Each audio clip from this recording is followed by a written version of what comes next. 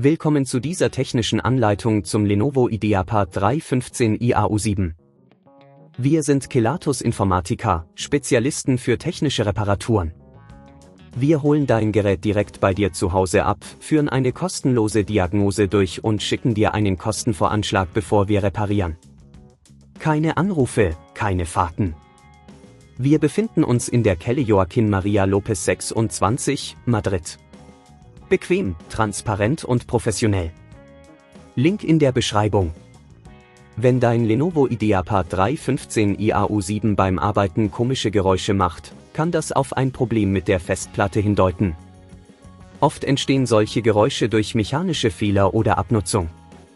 Wenn du das Problem nicht rechtzeitig behebst, könnte es zu einem Datenverlust führen, was sehr ärgerlich sein kann. Deshalb ist es wichtig, schnell zu handeln und die Ursache zu finden. Für diese Reparatur benötigst du einen Kreuzschlitzschraubendreher, einen Torx-Schraubendreher, eine antistatische Handgelenkschlaufe sowie einen Ersatz für die Festplatte.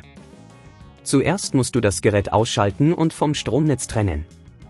Dann drehst du das Lenovo Ideapad 3 um und entfernst die Schrauben auf der Rückseite mit dem Kreuzschlitzschraubendreher. Sei vorsichtig, wenn du die Abdeckung abhebst, um die inneren Komponenten nicht zu beschädigen. Jetzt siehst du die Festplatte, die möglicherweise die Geräusche verursacht. Überprüfe, ob sie locker sitzt oder ob es sichtbare Schäden gibt. Um die Festplatte zu entfernen, musst du die Torx-Schrauben lösen, die sie halten. Achte darauf, die richtige Kraft anzuwenden, um die Schrauben nicht abzubrechen. Trenne vorsichtig die Kabelverbindungen zur Festplatte, indem du sie langsam abziehst. Wenn du die Festplatte herausgezogen hast, setze die neue Festplatte an ihre Stelle und schließe die Kabel wieder an. Stelle sicher, dass alles fest sitzt und die Schrauben sicher angezogen sind. Wenn dir das an dieser Stelle zu kompliziert wird, denk daran, dass wir bei Kelatos dein Gerät zu Hause abholen und es dir repariert zurückschicken.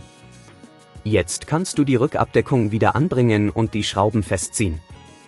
Überprüfe, ob das Gerät beim Einschalten normal funktioniert und keine Geräusche mehr macht. Um zukünftige Probleme zu vermeiden, stelle sicher, dass du regelmäßig Backups deiner Daten machst und dein Gerät sauber hältst.